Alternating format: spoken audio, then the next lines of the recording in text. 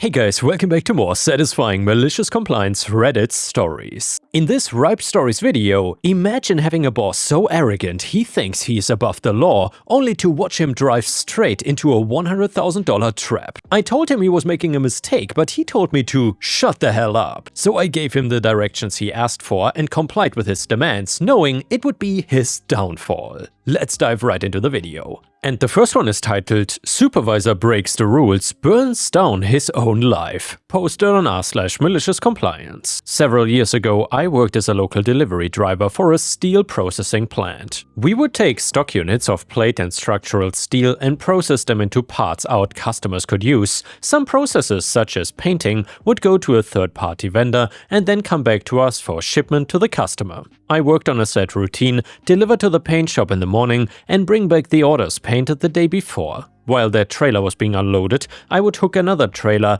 and then deliver finished orders to a customer about 70 miles away from the shop. This delivery had a hard appointment time of 2 p.m. and I couldn't miss it. When I returned after making that delivery, I would finish the day with short deliveries or pickups as needed and then go home. It was an easy, stress-free job as long as I stuck to a routine and made my appointments on time. Communication between departments was poor though, and it disrupted the entire process. For example, the scheduling department might think a certain production run had been finished and was gone for outside processing, when in reality the production department had not even started the order yet. I spent a lot of afternoons driving around in an empty truck chasing phantom orders that I knew I had never delivered because some office drone wanted me to check and make sure, or running hot orders out to vendors that were overlooked during my morning trip.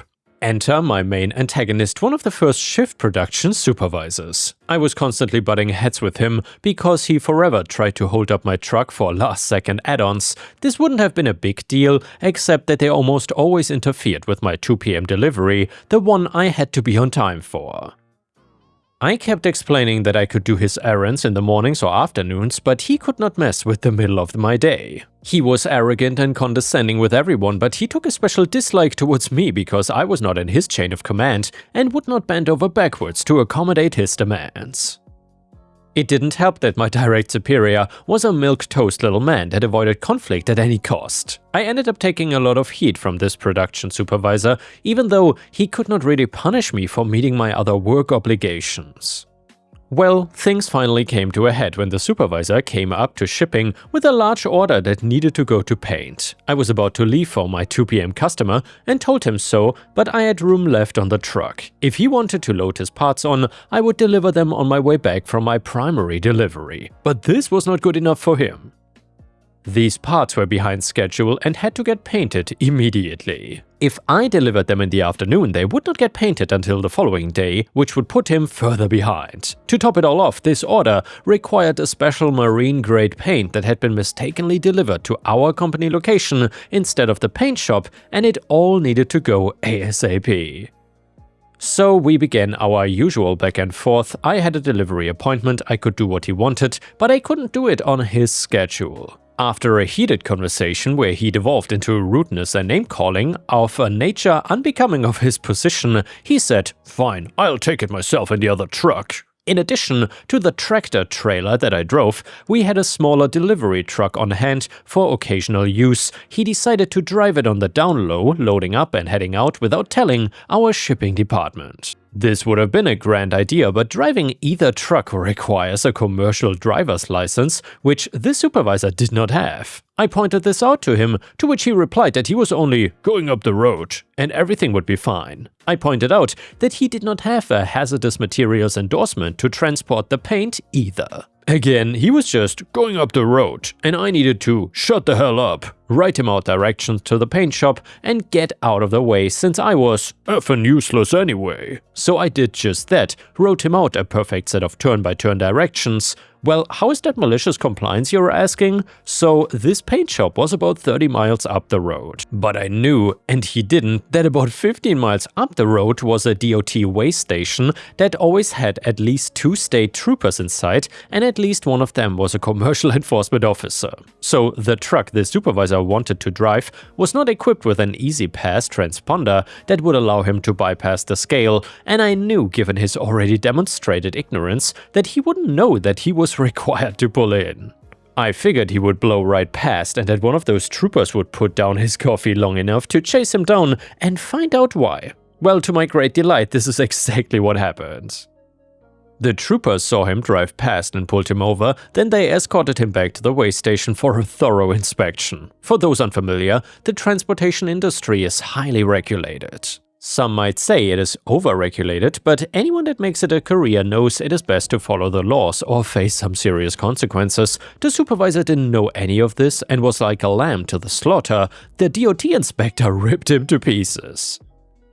Among the biggest infractions he was cited for: no CDL, $2,500 fine, up to $10,000 to the company, misdemeanor charges, 90 days suspended driver's license, no hazmat endorsement, no documenting paperwork for the hazmat, no placards identifying the vehicle as carrying hazardous material, $50,000 fine to the company, more if it results in illness or injury or death to another person, and as a bonus, when the trooper escorted him back to the way station, the scale master saw him talking on his cell phone.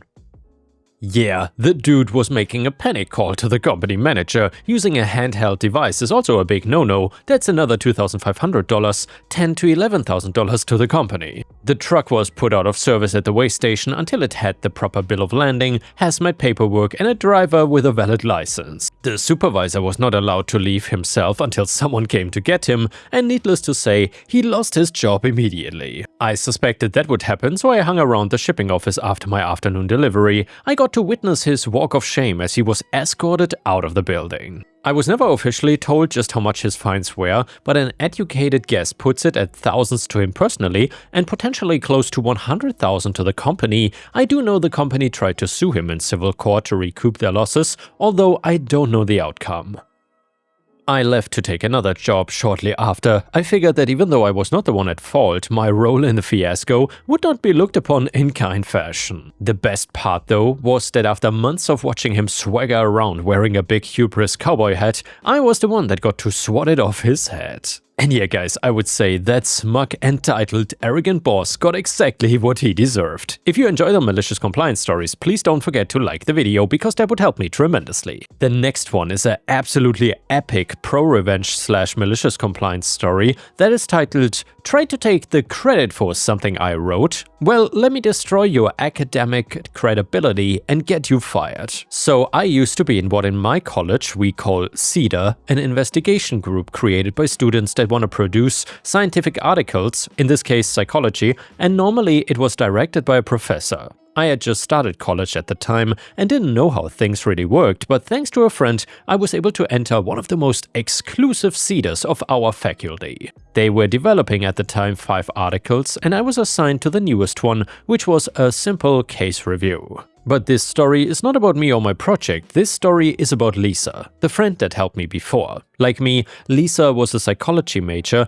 doing her final year of college, and she was one of the lead investigators in the Crown project of the CEDA at the moment. That's what they call it, a meta-analysis on conductual behavior therapy in schizophrenic patients around Latin America. This stuff was not easy. She had spent already a year and a half working on it, and when I joined the group, it was in its final stages. Then the drama began. Well, it had actually started midway to the project already when the first drafts were sent to the publications office. So in my college specifically, the publications office can be your best friend or your worst enemy as an investigator, and their suggestions are basically orders. Because the article in question dealt with a psychiatric psychology, they said it must have the support of our college's med school psychiatry department. The head of the department, who I will call Dr. Trash, put the condition that one of his residents had to be on the project.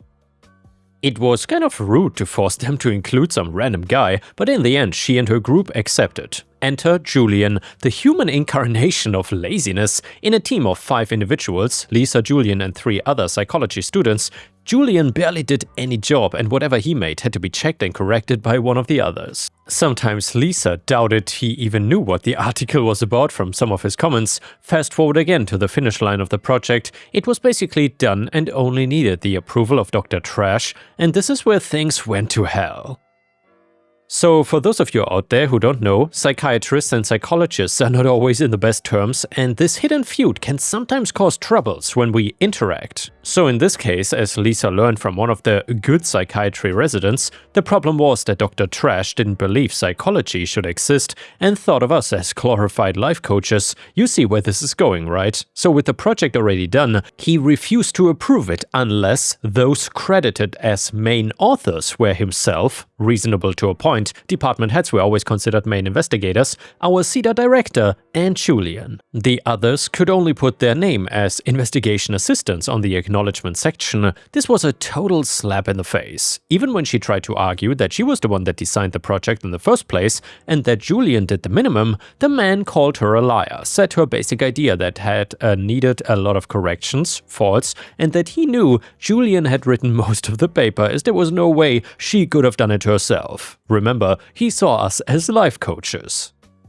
Julian, being the douchebag he had been all year, did not correct him and let the others drown while he was praised. In her last peaceful attempt, Lisa asked why they could not put the names of all as authors, and Dr. Trash said that a bunch of unknown student names would only wrest credibility to the thing and refused the proposal. Lastly, he said that they could accept his terms or quit the project and leave him total control of the article. And by the way, guys, if you would be in this awful situation, what would you have done? I mean, this Dr. Trash guy is literally stealing the work of Lisa, and I think he shouldn't get away with it. Let me know what you think in the comments. What an awful doctor. And yeah, you may be thinking this is impossible, this man is literally stealing the work from another person, but sadly, this is how investigation works here sometimes, and it's not uncommon that well-established investigators steal the work of unknown ones because in the he said, she said, you said, they are most likely to win, and even with evidence like mails and drafts, they can get their way.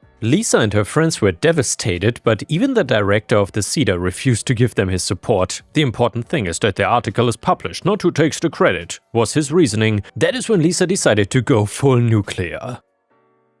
When she told her friends of her idea, warning them it would be the best if they left the project before things escalated, they decided to stay and help her.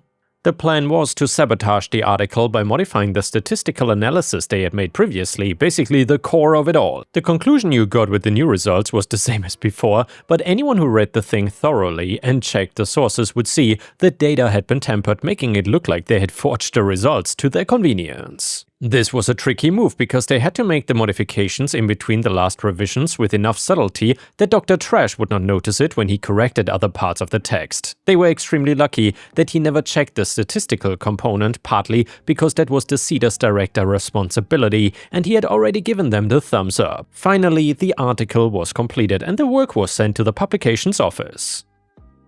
Then it was just waiting until it finally made boom. About a month after submitting the project, all the implicated were cited to a meeting with the publications office, including Dr. Trash. The office had seen the altered results, and that meant they had to investigate the group for fraud. To the students and the resident, it could mean expulsion. For the director and Dr. Trash, they would be forbidden to publish again under the university's name, and in the worst-case scenario, they could be fired. And that is when Dr. Trash saw that he had condemned himself. Because Lisa and the others were just assistants, it meant that most of the responsibility was actually on himself and the other main authors.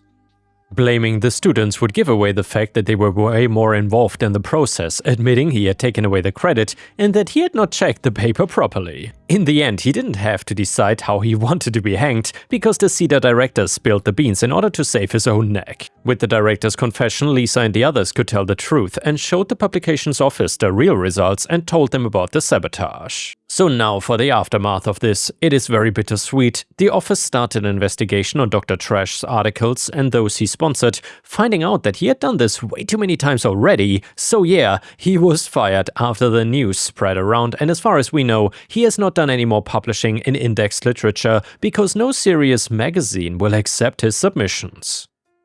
Number 2, because of all the drama, Lisa's article was deemed too compromised by personal interest and was not accepted for publishing. So yeah, unfortunately, that year's hard work went directly to the trash. Number 3, CEDA director had to surrender his job as an investigator, and the CEDA disbanded because there were no other professors available or willing to direct it. My little project died in here, sadly. Number 4, Julian was put on probation by the medical faculty too. Number 5, Lisa and the others were banned from participating in other investigation projects or studies that were not related to their final thesis, but no more disciplinary actions were taken against them. Thanks for reading and sorry for the long post. To answer some questions, yeah, I'm not from the USA, and while my English is good, I want to believe some words sometimes slip. Also, some have suggested Lisa to publish it on her own, but she told me she was tired of all the ordeal and decided to let it go. It was hard, but she didn't feel comfortable, and in the end, because it was a project born in the CEDA, it was owned by the university. More on this right now. She graduated a long time ago and is working in a clinic now with little to no interest in academics, at least for now. Also, many are wondering what our publications office is or why it's so important, and well, our publications office was created to help student research. When you submit your paper and they approve it, they send it to good journals and oversee the whole process so that articles are published and get where they had to get. Believe me, this is actually a huge help because journals are getting your work with the approval stamp of a recognized institution. Does every paper need to go through them? It depends. CEDAs are college entities, so any research done in them has to go through it, and it's technically owned by them. With what benefit, you may ask? Well, CEDA members have access to all our college resources, including labs, materials, databases, expert help, etc. Also, all of this costs money. When you submit your project to our publications office, you also submit a budget they will provide, meaning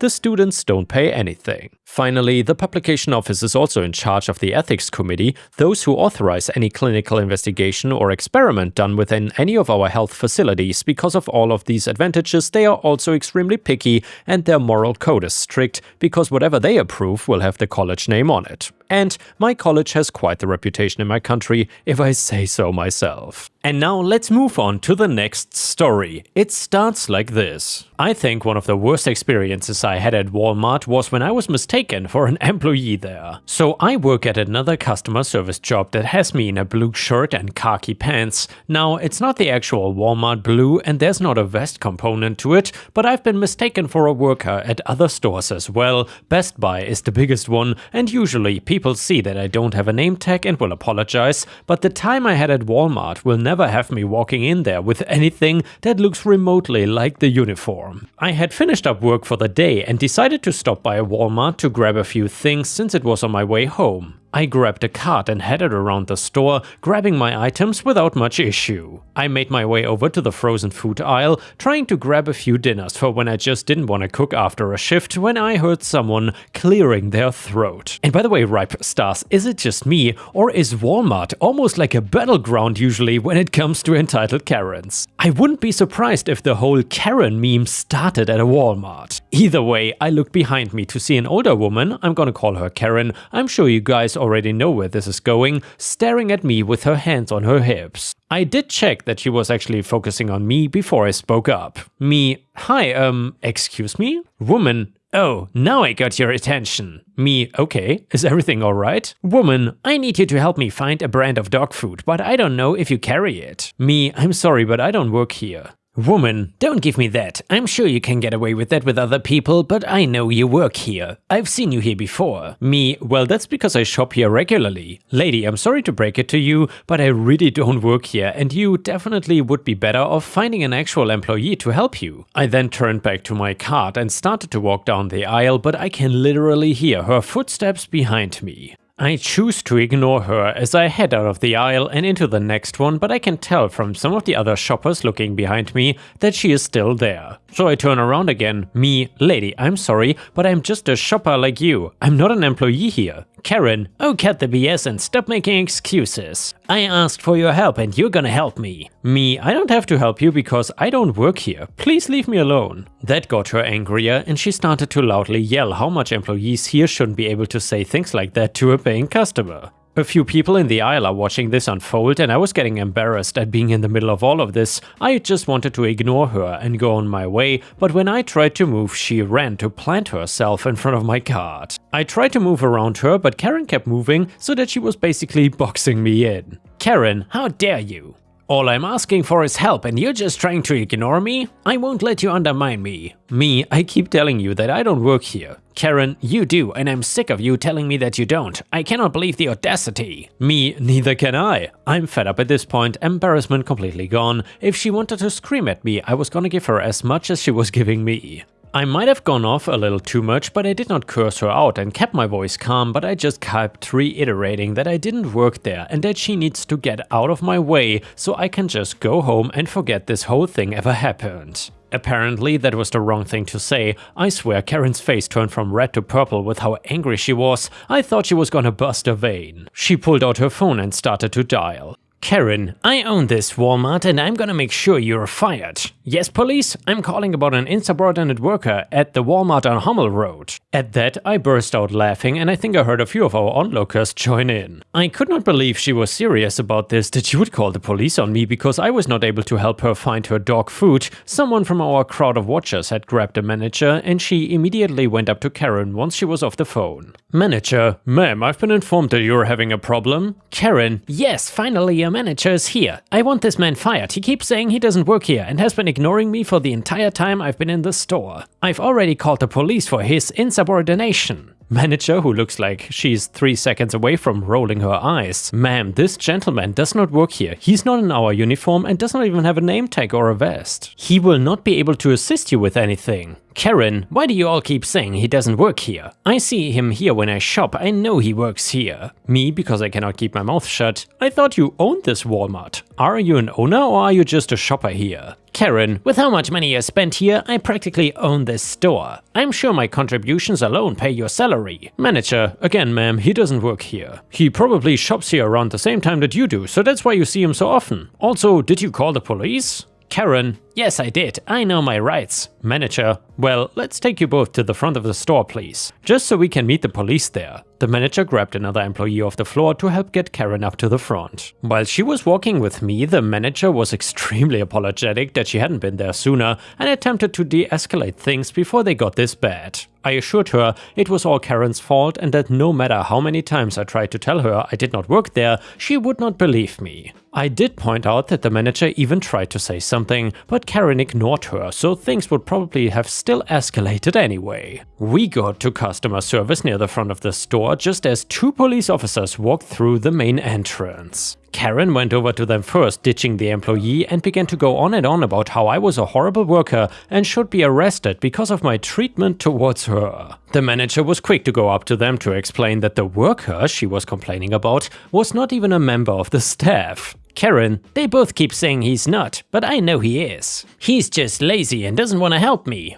Officer number 1, ma'am, you do know that it is a crime to call 911 without there being an actual emergency, right? Karen, but this is an emergency, how dare you? At first I thought she was gonna lunge for the cop, but instead she turned towards me and shoved me down onto the ground. The officers were on her immediately and handcuffed her, taking her out of the store and into the parking lot. The manager helped me up and sat me down inside the customer service desk and made sure I was okay and was not bleeding or anything. I had fallen on my back and did bang my head against the floor, but nothing felt broken and I figured I would just have a bruise the next day. The manager apologized for everything again and offered me a gift card because of the inconvenience. I did not want to take it, but she insisted, claiming that this happened under her watch and it was the least she could do. One of the officers came back into the store to make sure I was alright and asked if I want to press charges since Karen had physically assaulted me. I went for it and made sure that I stopped at an urgent care to have my head looked at just in case I did have a concussion or something. Thankfully I didn't, but I wanted Karen to pay for the embarrassment and pain she put me through. This story does not have a dramatic end to it, unfortunately.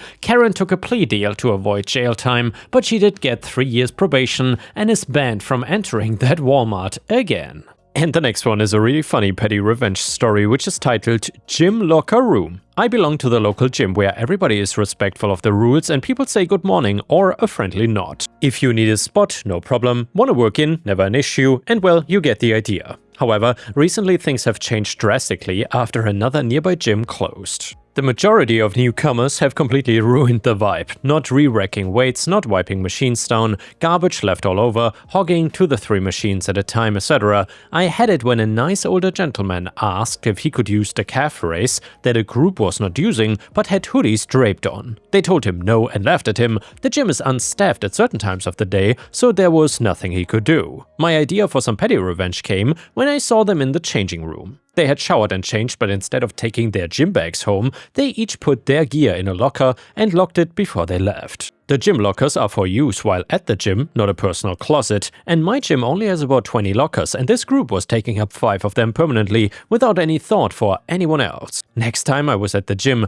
I brought a small bottle of crazy glue and glued the keyhole in their locks. Then I went about my workout and saw the group working out and being a general nuisance. When they left to shower, I followed them. Watching them realize that they couldn't get their keys in was priceless. There was no employee there to cut the locks off, so not sure how they dealt with it. After a long shower and slowly I got dressed, they were still irate and trying to figure out who did this. At this point I left to not arouse any suspicion. I'm not sure how they got their clothes and car keys out, etc. But when I returned to work out the next day, their lockers were cleaned out and ready for the next patron. And yeah guys, thank you for watching. I will see you again tomorrow.